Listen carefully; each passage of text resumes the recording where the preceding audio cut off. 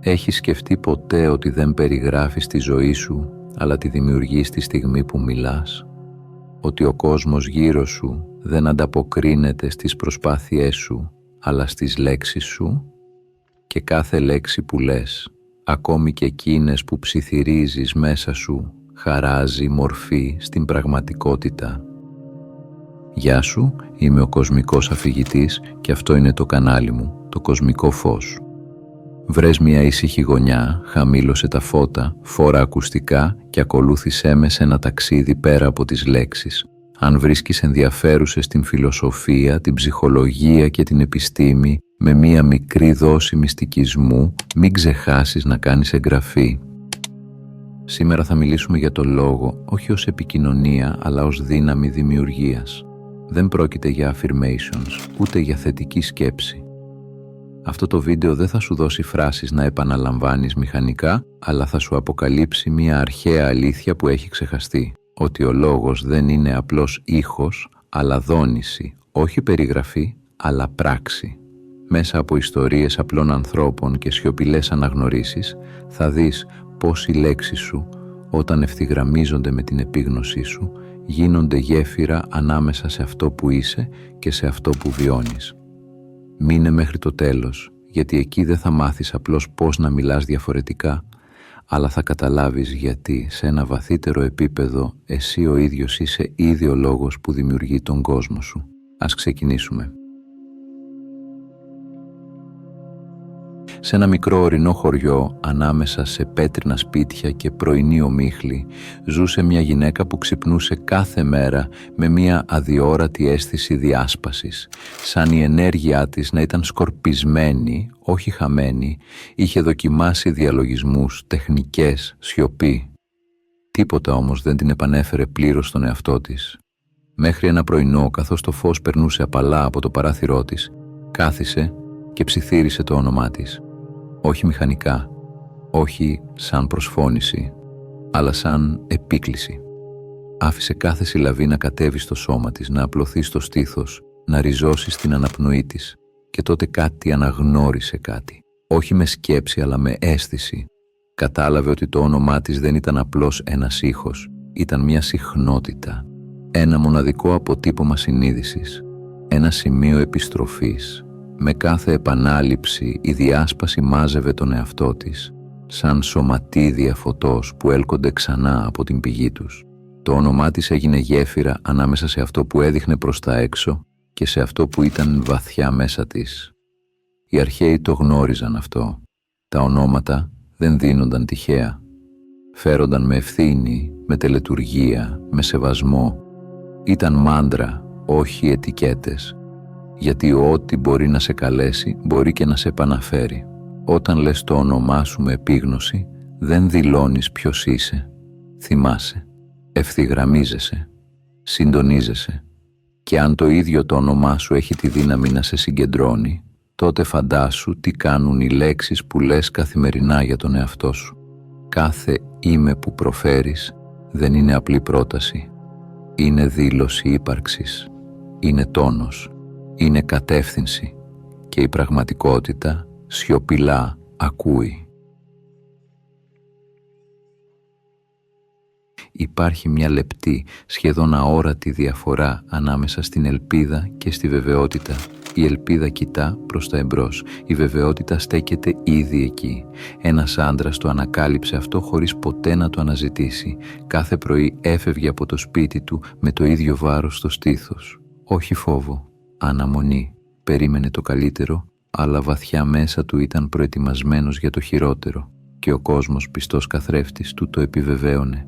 Μια μέρα όμως, κάτι μετακινήθηκε, όχι απ' έξω, μέσα. Στάθηκε μπροστά στον καθρέφτη και αντί να πει «Ελπίζω να πάνε καλά τα πράγματα», είπε ήσυχα «Ό,τι χρειάζεται έχει ήδη βρει τον δρόμο του». Δεν το είπε για να πείσει τον εαυτό του. Το είπε σαν να περιγράφει τον καιρό. Ούτε χαμόγελο, ούτε ενθουσιασμό, μόνο σταθερότητα. Η μέρα δεν έγινε τέλεια, αλλά έγινε διαφορετική. Οι αντιστάσεις μειώθηκαν, οι άνθρωποι ήταν πιο δεκτικοί, οι καθυστερήσεις δεν τον εκνεύρισαν. Κάτι μέσα του δεν περίμενε επιβεβαίωση. Και όταν δεν περιμένεις, Δεν εκπέμπεις έλλειψη, εκπέμπεις ολοκλήρωση.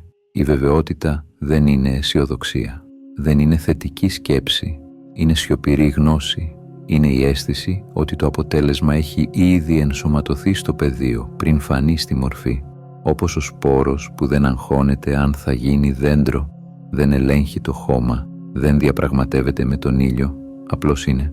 Σε μια άλλη ιστορία, μια γυναίκα περίμενε χρόνια μια απάντηση, κάθε μέρα την κυνηγούσε με το μυαλό της, μέχρι που κουράστηκε.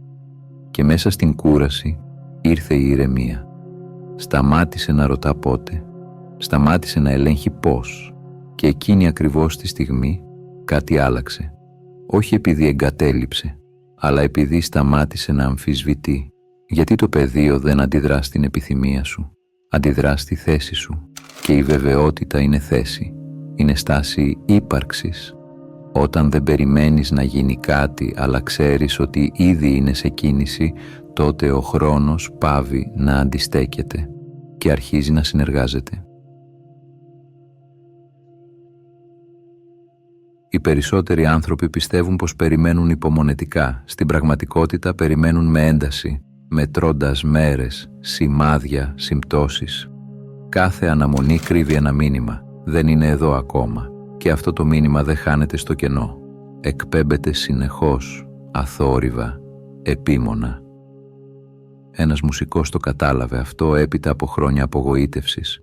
Έστελνε τη δουλειά του παντού. Περίμενε απαντήσεις. Άνοιγε κάθε email με την καρδιά σφιγμένη. Όσο περισσότερο περίμενε, τόσο πιο άδειος ένιωθε. Κάποια στιγμή σταμάτησε. Όχι να δημιουργεί, να περιμένει. Έγραψε μουσική χωρίς σκοπό, χωρίς αποδέκτη. Έπαιξε για τον χώρο, όχι για την επιβεβαίωση. Και τότε, σχεδόν αδιάφορα, ήρθε η απάντηση που κυνηγούσε χρόνια. Δεν ήταν ανταμοιβή, ήταν συγχρονισμός. Η αναμονή μοιάζει ήσυχη, αλλά μέσα της έχει έλεγχο. Θέλει αποτέλεσμα, απόδειξη, χρονοδιάγραμμα. Η εμπιστοσύνη, αντίθετα, είναι χαλαρή. Δεν παραιτείται, απλώς δεν πιέζει. Κινείται, αλλά δεν σπρώχνει. Και αυτό αλλάζει τη ροή. Σε μια άλλη ιστορία, μια μητέρα περίμενε χρόνια να φτιάξει η σχέση με τον γιο της.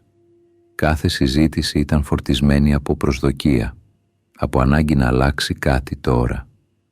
Μια μέρα κουράστηκε, σταμάτησε να διορθώνει, σταμάτησε να εξηγεί, άρχισε απλώς να είναι παρούσα, να ακούει χωρίς στόχο. Και τότε, χωρίς προειδοποίηση, ο γιος της μίλησε. Όχι επειδή τον έπεισε, αλλά επειδή ο χώρος είχε γίνει ασφαλής. Η εμπιστοσύνη δημιουργεί χώρο και ο χώρος επιτρέπει στα πράγματα να κινηθούν. Ό,τι πιέζεται αντιστέκεται, ό,τι εμπιστεύεται ρέει. Δεν είναι τυχαίο που οι μεγαλύτερες αλλαγές έρχονται όταν έχεις σχεδόν σταματήσει να τις περιμένεις. Όχι γιατί παραιτήθηκες, αλλά γιατί δεν εκπέμπεις πια έλλειψη, εκπέμπεις πληρότητα. Και το πεδίο δεν καθυστερεί. Απλώς περιμένει να σταματήσεις να το τραβάς από το μανίκι. Όταν το κάνεις, επιταχύνει μόνο του. Γιατί η εμπιστοσύνη δεν είναι παθητικότητα. Είναι βαθιά, αθόρυβη δύναμη. Η ζωή συχνά δεν πηγαίνει όπως φανταζόμαστε. Το πρόσωπο που αγαπάμε δεν ανταποκρίνεται, η δουλειά που θέλαμε αναβάλλεται, η υγεία δοκιμάζει τα όρια μας. Και τότε, μέσα στον πόνο και την απογοήτευση, εμφανίζεται η επιλογή, αντίσταση ή αποδοχή. Οι περισσότεροι επιλέγουν την αντίσταση. Προσπαθούν να διορθώσουν, να ελέγξουν, να αναγκάσουν την πραγματικότητα να λυγίσει προς τα θέλω τους. Κι έτσι η ενέργειά τους διασκορπίζεται, η καρδιά βαραίνει, η ζωή μοιάζει με συνεχές τράβηγμα. Μια γυναίκα που πέρασε χρόνια παλεύοντας με την αρνητική ενέργεια στο χώρο της, ανακάλυψε κάτι διαφορετικό. Αντί να αντιστέκεται στον κακό συνάδελφο ή στο χάος που τον περιέβαλε, άρχισε να παρατηρεί. Να αναγνωρίζει τη στιγμή, να βλέπει τι υπάρχει, χωρίς να αντιδρά. Και τότε συνέβη κάτι αθέατο. Οι συγκρούσεις άρχισαν να μειώνονται. Η ένταση που παλιά της έκλεβε την ηρεμία διαλυόταν σαν ομίχλη στον ήλιο. Η αποδοχή δεν ήταν παραίτηση, ήταν άνοιγμα. Άνοιγμα στη ροή της ζωής που ξαφνικά μπόρεσε να εργαστεί υπέρ της αντί να τη φθείρει. Η σιωπηλή δύναμη της αποδοχής μοιάζει με έναν ήρεμο ποταμό. Όσο προσπαθείς να τον αναστρέψεις, τόσο περισσότερο αντιστέκεται. Όταν τον αφήνεις να κυλήσει, η ενέργειά του καθαρίζει, μεταφέρει θρεπτικά στοιχεία, δημιουργεί δρόμους εκεί που φαίνονταν αδιέξοδα. Το ίδιο συμβαίνει με την εμπειρία μας. Η αποδοχή ανοίγει δρόμους για λύσεις, για ειρήνη, για ανανέωση. Η αντίσταση κλείνει δρόμους. Η αποδοχή ανοίγει πύλες. Ένας ηλικιωμένος καλλιτέχνης που χρόνια αμφισβητούσε την αξία των έργων του, σταμάτησε να προσπαθεί να ελέγχει κάθε λεπτομέρεια. Άφησε τα χρώματα και τα υλικά να τον καθοδηγούν, αποδεχόμενος τις ατέλειες ως μέρος της διαδικασίας. Τα έργα του απέκτησαν ζωντάνια που πριν δεν υπήρχε. Οι επισκέπτες ένιωθαν ότι η τέχνη του μιλούσε, όχι από προσπάθεια, αλλά από την ειλικρίνεια και την απλότητα της αποδοχής.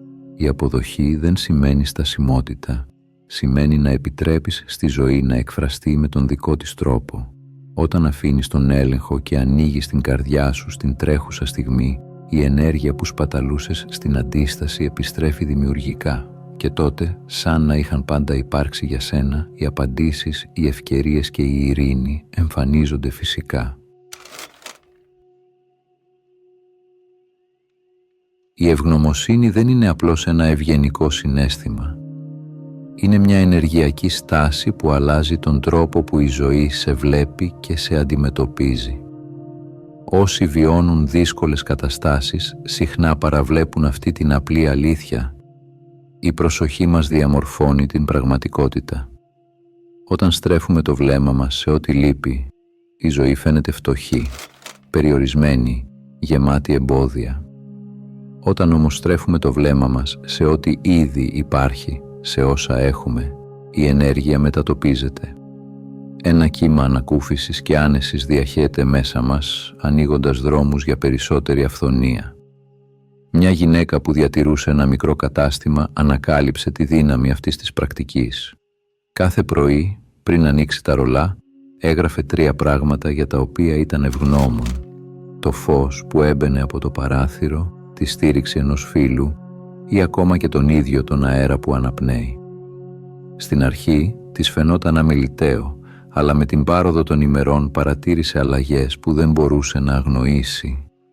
Οι πελάτες έρχονταν πιο συχνά, οι σχέσεις της γίνονταν πιο ζεστές και οι προκλήσεις της δεν την άγγιζαν τόσο βαθιά.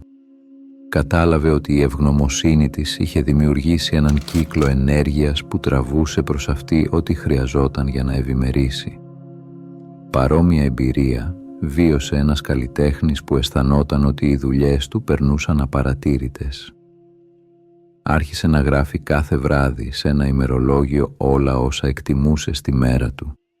Τις μικρές στιγμές έμπνευσης, τους ανθρώπους που τον ενθάρρυναν, ακόμη και τα λάθη που τον δίδαξαν. Με την πάροδο του χρόνου, η αίσθηση έλλειψης εξαφανίστηκε και οι ευκαιρίες άρχισαν να εμφανίζονται με φυσικότητα. Πελάτες χτύπησαν την πόρτα του χωρίς προσπάθεια, συνεργασίες εμφανίστηκαν σαν να είχαν πάντα υπάρξει για εκείνον. Η ευγνωμοσύνη είχε μετατοπίσει την ενέργεια γύρω του και η ζωή απάντησε με αυθονία. Η πρακτική της ευγνωμοσύνης δεν απαιτεί μεγάλη προσπάθεια, μόνο συνειδητή προσοχή.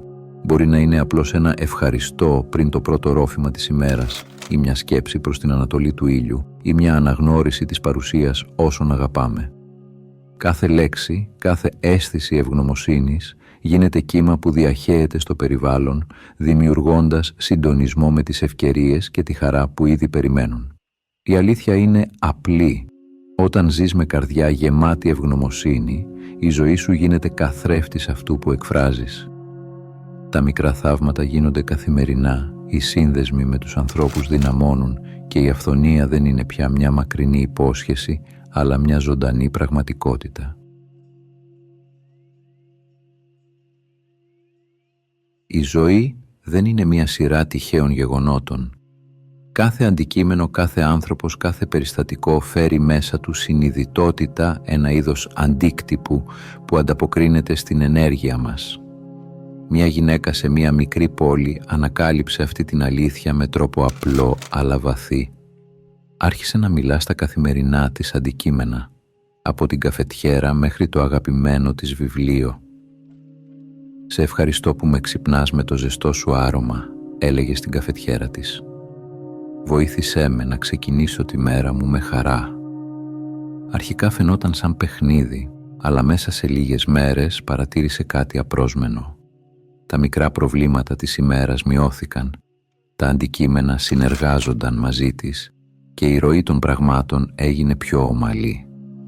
Στην ίδια πόλη, ένας μηχανικός που είχε περάσει χρόνια επικεντρωμένος στη σκληρή δουλειά και στην πίεση των εργαλείων του, άρχισε να εφαρμόζει μία παρόμοια προσέγγιση. Αντί να βρίζει τα σκουριασμένα μπουλόνια ή τα αδέξια εξαρτήματα, άρχισε να τους μιλά με σεβασμό και προσοχή.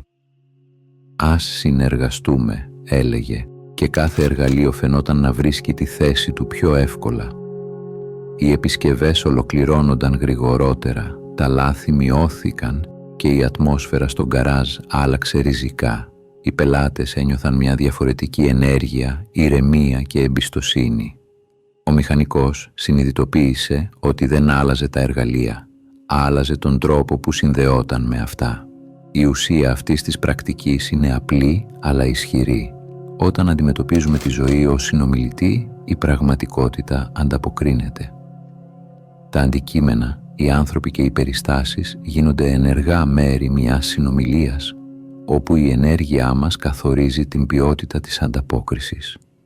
Κάθε λέξη που προφέρεται με σεβασμό, κάθε πράξη που συνοδεύεται από συνειδητή πρόθεση, δημιουργεί ένα κύμα αλληλεπίδρασης που συντονίζεται με την ίδια τη ροή της ζωής.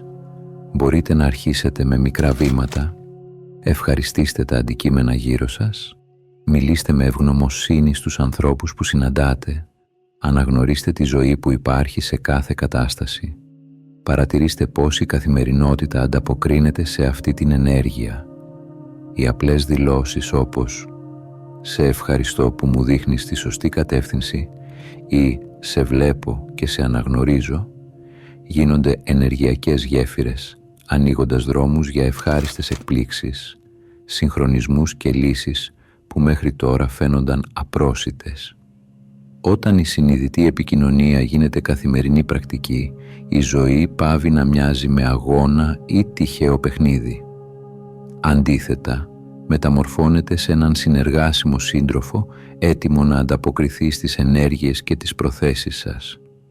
Κάθε λέξη, κάθε χειρονομία και κάθε στιγμή προσοχής συνθέτει μία αέναη συνομιλία, όπου η πραγματικότητα χορεύει μαζί σας σε αρμονία. Η αυθονία δεν εμφανίζεται από τύχη. Είναι η αντανάκλαση της εσωτερικής μας βεβαιότητας, της πίστης ότι όλα όσα χρειάζονται ήδη υπάρχουν γύρω μας και μέσα μας. Μια γυναίκα σε μια μικρή πόλη, αντιμετωπίζοντας οικονομική αβεβαιότητα, άρχισε μια καθημερινή πρακτική. Αντί να σκέφτεται τα ελλείμματα, δήλωνε με σιγουριά και ευγνωμοσύνη «Όλα τα μέσα που χρειάζομαι για να ευημερήσω είναι ήδη εδώ».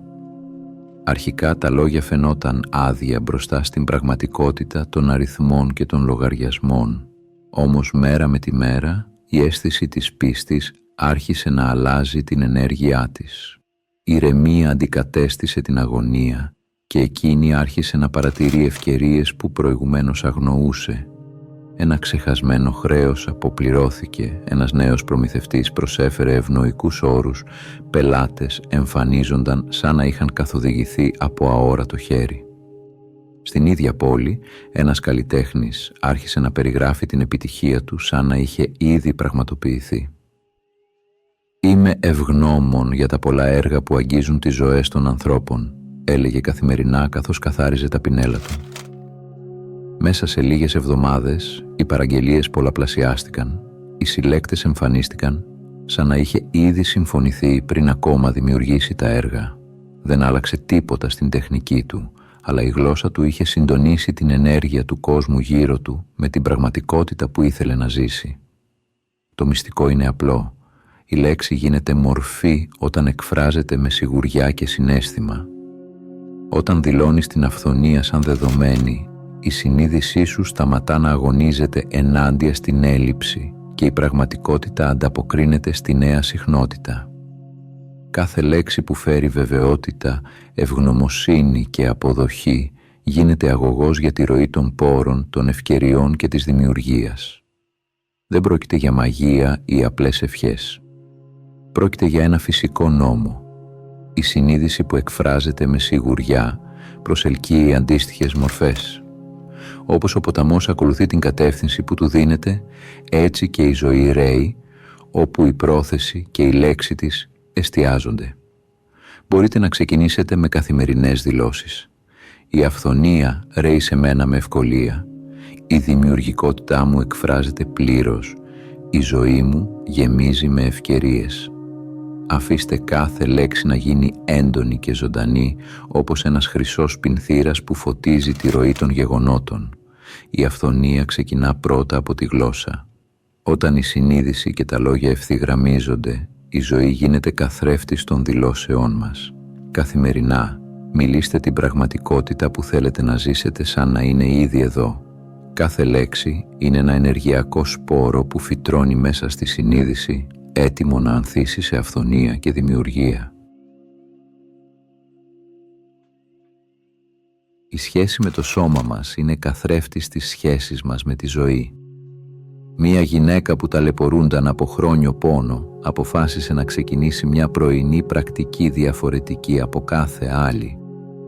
Αντί να καταπολεμά τις αισθήσεις της ή να παραπονιέται, άρχισε να μιλά στα κύτταρά της με στοργή. Είσαι αγαπητή, είσαι δυνατή, είσαι τέλεια όπως είσαι.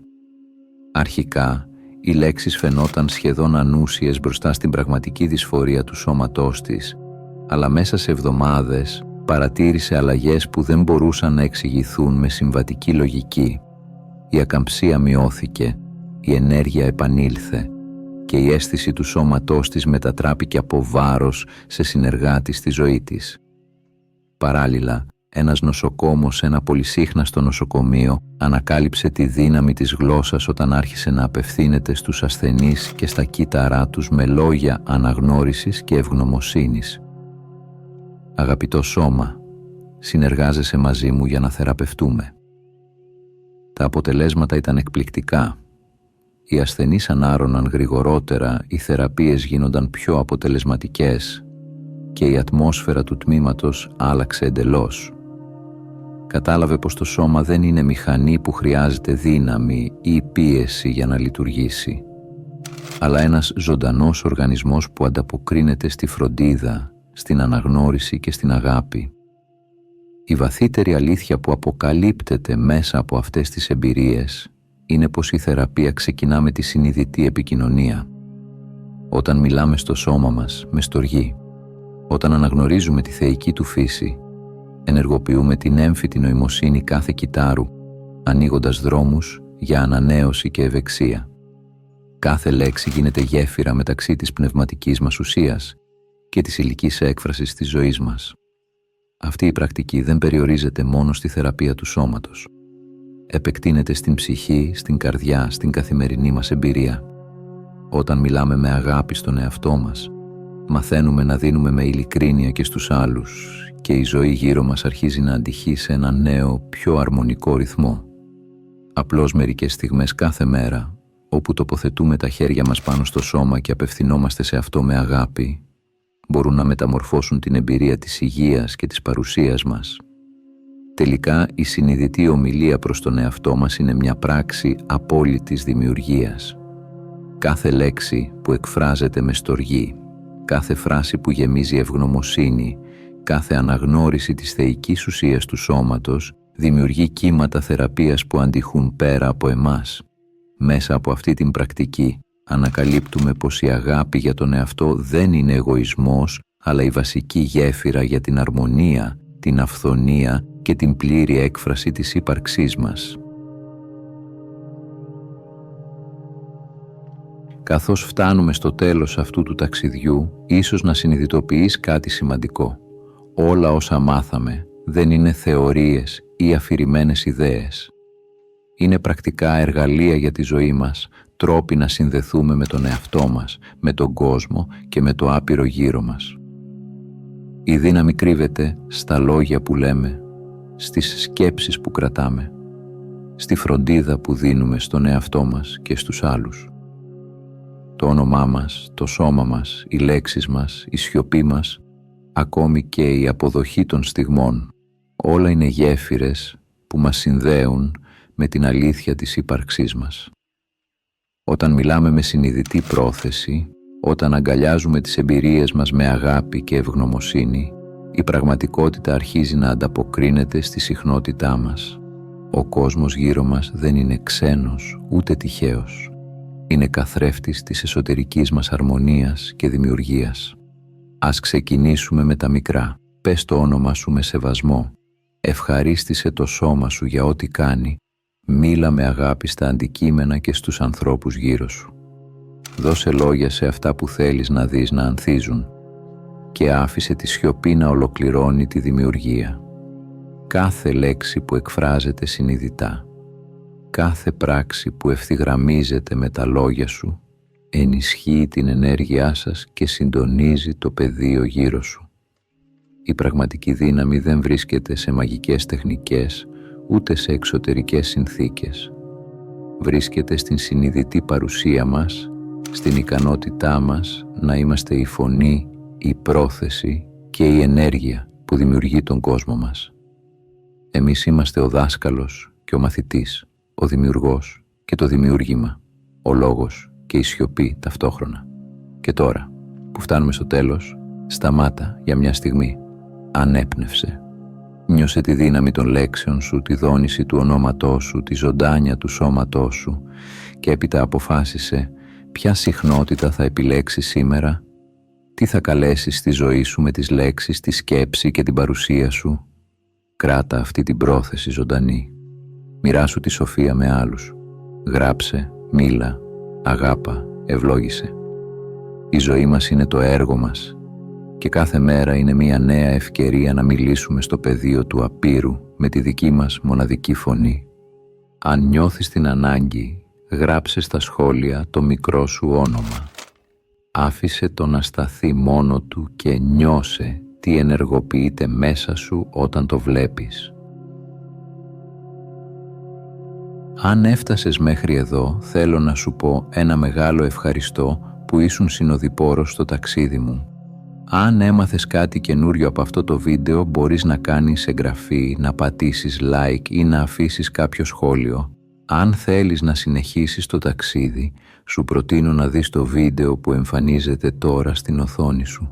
Από όποιες συντεταγμένες του κόσμου κι αν μ' ακούς, να προσέχεις τον εαυτό σου και να πας στο καλό.